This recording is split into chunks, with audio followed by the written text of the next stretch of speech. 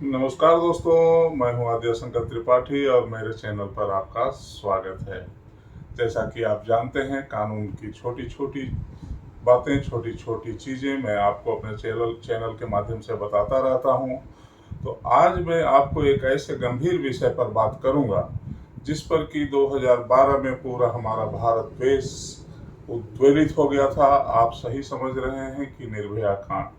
Nirbhaya case एक ऐसा case था जो हमारे लिए, हमारे मानव सभ्यता के लिए और हमारे नैतिक मूल्यों के लिए और मानवता के लिए एक घृणित अपराध था, जिसके लिए तत्कालीन सरकार ने काफ़ी शोध कर, काफ़ी राय मशविरा कर, काफ़ी बुद्धिजीवियों से और बड़े बड़े न्यायाधीशों से राय मशवरा कर एक कानून बनाया।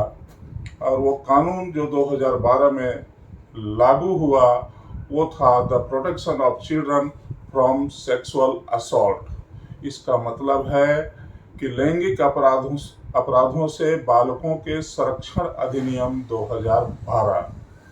तो दोस्तों, बहुत दिनों से लोगों का ये कहना था कि आप सीआरपीसी में और इन चीज़ों को बता रहे हैं, कुछ ऐसी चीज़ें भी लोगों को बताया करें जो समाज के में व्याप्त बहुत ही एक भयानक बुराई और बीमारी की तरह फैल रही है। तो हम देख रहे हैं कि कुछ समय से कानून जरूर 2012 में बन गया है, लेकिन पॉक्सो, हाँ, इसको पॉक्सो एक्ट भी कहा जाता है, क्योंकि ये protection of children from sexual assault. तो इसका मतलब यही होता है, पॉक्सो इसको शॉर्ट फॉर्म में बोला जाता है। तो ये कानून बनाया गया इसलिए कि लोग इससे भयभीत हों, डरें और ऐसा घृणित अपराध करने से बचें। तो दोस्तों, आप सभी जानते हैं कि ये एक ऐसा अपराध है जिसके बारे में कहने सुनने में भी आदमी को झिझक होती है, शर्म आती है। लेकिन इस कानून को बनाते वक्त हमारे कानून के निर्माताओं ने बहुत ही तरीके से, बहुत ही सही ढंग से, बहुत ही ये कहना चाहिए कि बच्चों के भविष्य, उनके स्वास्थ्य, उनकी चिकित्सा, उनकी मानसिक दशा को ध्यान में रखते हुए ये जो है protection of children from sexual assault और जो लैंगिक अपराधों से बालकों का संरक्षण अधिनियम है, इस अधिनियम को तैयार किया गया है।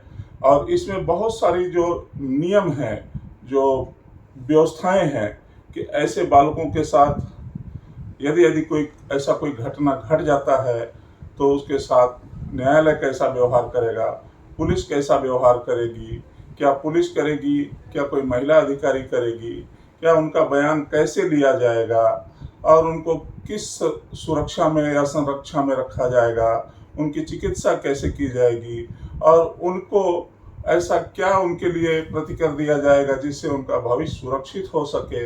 इन सब बातों के साथ साथ अदालती कार्यवाही में भी एक जज जब वो मुलजिम कटघरे में खड़ा होगा तो क्या उस समय वो अभियुक्त उस बालक के सामने किस तरीके से खड़ा होगा और इस संपूर्ण मामले की जो ट्रायल होगी, जो इसका विचारण होगा, वो किस तरीके से होगा, इसमें लोक अभियोजक जो सरकारी वकील है वो कौन होगा और ट्रायल कौन सा जज करेगा और किसे ये पावर दिया गया है, ये सारी चीज़ों की व्याख्या जो है इस एक्ट में किया गया है, जिसे कि हम protection of children from sexual assault कहते हैं, पॉक्सो कहते हैं। तो दोस्तों, काफ़ी लंबी है ये बातें, तो हम आपसे इतना ही कहेंगे कि मेरे इस चैनल को सब्सक्राइब कीजिए और वीडियो को अंत तक देखना न भूलिए। बहुत ही गंभीर विषय पर आज हम चर्चा करने वाले हैं और हम ऐसे अपराधों के बारे में आपको बताने वाले हैं जो मानव सभ्यता, मानव जाति के लिए एक विकृत और घृणित अपराध है। और ऐसा यदि कोई व्यक्ति समाज में करता है तो निश्चित ही वो दंड का पात्र होता है और एक भयानक अपराधी होता है, क्योंकि वो हमारे बच्चों के साथ और हमारे जो भविष्य के साथ वो खेलता है। तो दोस्तों, आज हम आपको बताएंगे जो protection of children from sexual assault की धारा 3 के बारे में।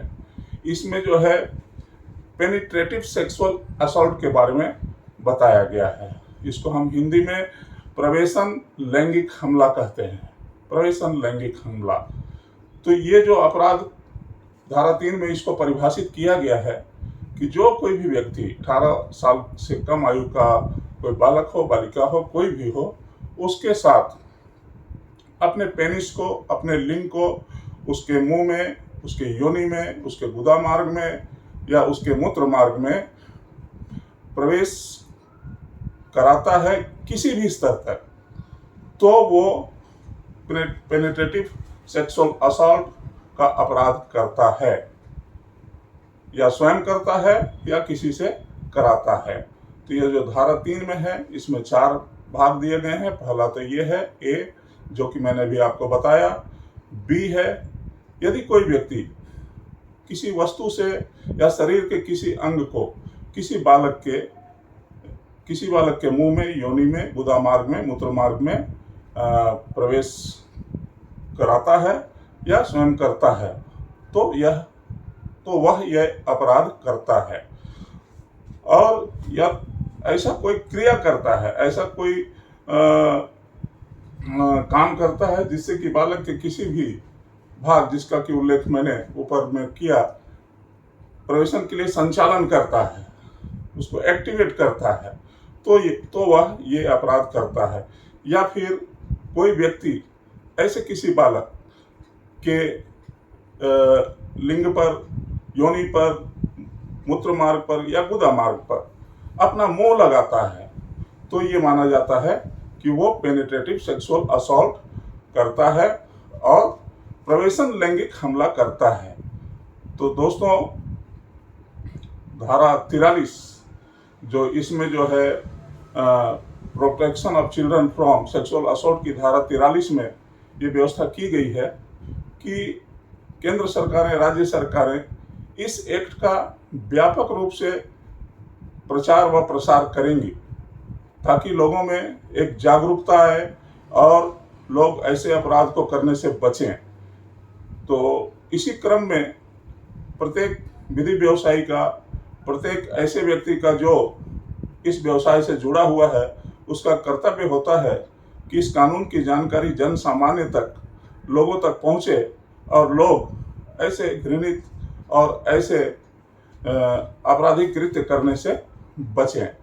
तो दोस्तों, अभी आपने धारा 3 के बारे में जो बताया, वो पेनिट्रेटिव सेक्सुअल असॉल्ट के बारे में बताता है। अब मैं धारा 4 के बारे में बताता हूं, जो इस अपराध के लिए दंड की व्यवस्था करता है। यदि धारा 3 के तहत कोई अपराध कोई व्यक्ति करता है, तो उसे धारा 4 के तहत 7 साल से कम नहीं, 7 साल से अधिक होगा, जो साधारण या कठोर कारावास हो सकता है, और जो आजीवन कारावास तक दिया जा सकता है। तो आप समझ सकते हैं कि कितने कठोरतम दंड की व्यवस्था इसमें की गई है। तो इस वीडियो के माध्यम से मैं ये चाहूँगा कि लोग समाज में फैले ऐसे व्यक्तियों की पहचान करें और अपने इर्द गिर्द रहने वाले व्यक्तियों का भी हमेशा जो है निगाह रखें कि समाज में ऐसे व्यक्तियों का कोई स्थान नहीं है, और जो कोई भी ऐसा कृत्य करता है, हमें जल्द से जल्द निकटतम पुलिस थाने में ऐसे व्यक्तियों के खिलाफ सूचना देना चाहिए और ऐसे व्यक्तियों को दंडित करने के लिए कार्यवाही को आगे अग्रसर होना चाहिए और किसी भी प्रकार का संकोच नहीं करना चाहिए। हाँ, इस बात को इस एक्ट में विशेष रूप से ध्यान रखा गया है और रखा जाना चाहिए कि ऐसे बालकों के परिवार का नाम, ऐसे बालक का नाम या ऐसे बालक की कोई पहचान और ऐसे बालक की कोई भी बात बाहर नहीं आनी चाहिए, जिससे कि उस बच्चे को भविष्य में किसी का सामना करने से भय लगे, डर लगे। इसलिए इसको कानूनन उसको प्रतिबंध लगाया गया है कि कोई भी मीडिया, कोई भी व्यक्ति या कोर्ट में भी इस बात को ध्यान दिया जाता है और दिया जाना चाहिए। कानून में वर्णित है कि उस व्यक्ति, उस बालक का नाम, पता या उसके परिवार का कोई भी चीज़ बाहर नहीं आना चाहिए, जिससे कि उसका पहचान उजागर हो सके। तो ये जो आपने सुना दोस्तों, ये बहुत ही ज़रूरी थी, लोगों की मांग भी थी कि आप इस विषय पर कुछ बनाइए ताकि लोगों पे एक अच्छा संदेश जा सके। तो आज मैंने धारा 3 और धारा 4 के बारे में आपको बताया। जो प्रवेशन लैंगिक हमला है वो कैसा अपराध है और क्या करने से ये अपराध बनता है, और इसको करने से 7 साल से लेकर आजीवन कारावास तक का दंड दिया जा सकता है। आगे इस protection of children from sexual assault में जितनी भी धाराएं हैं, जो भी चीज़ हैं, एक एक करके अगले अगले वीडियो में मैं आपको बताता चलूँगा। तो सावधान रहें ऐसे लोगों से और समाज में ऐसे व्यक्तियों से जो कोई आपको कहीं नजर आता है, उसके विरुद्ध कार्रवाई करने के लिए अपना सहयोग निश्चित रूप से दें। तो दोस्तों, आज के लिए ही इतना ही। ये वीडियो आपको कैसा लगा, आप अपने सुझाव और मार्गदर्शन मुझे देते रहें। आपका प्यार और स्नेह निरंतर मुझे मिल रहा है।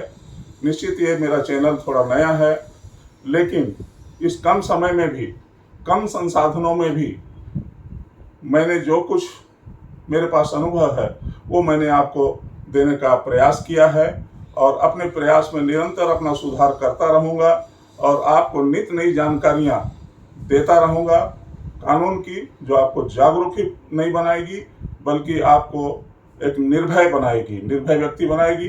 तो दोस्तों, आज के लिए इतना ही। जय हिंद, जय भारत, जय छत्तीसगढ़।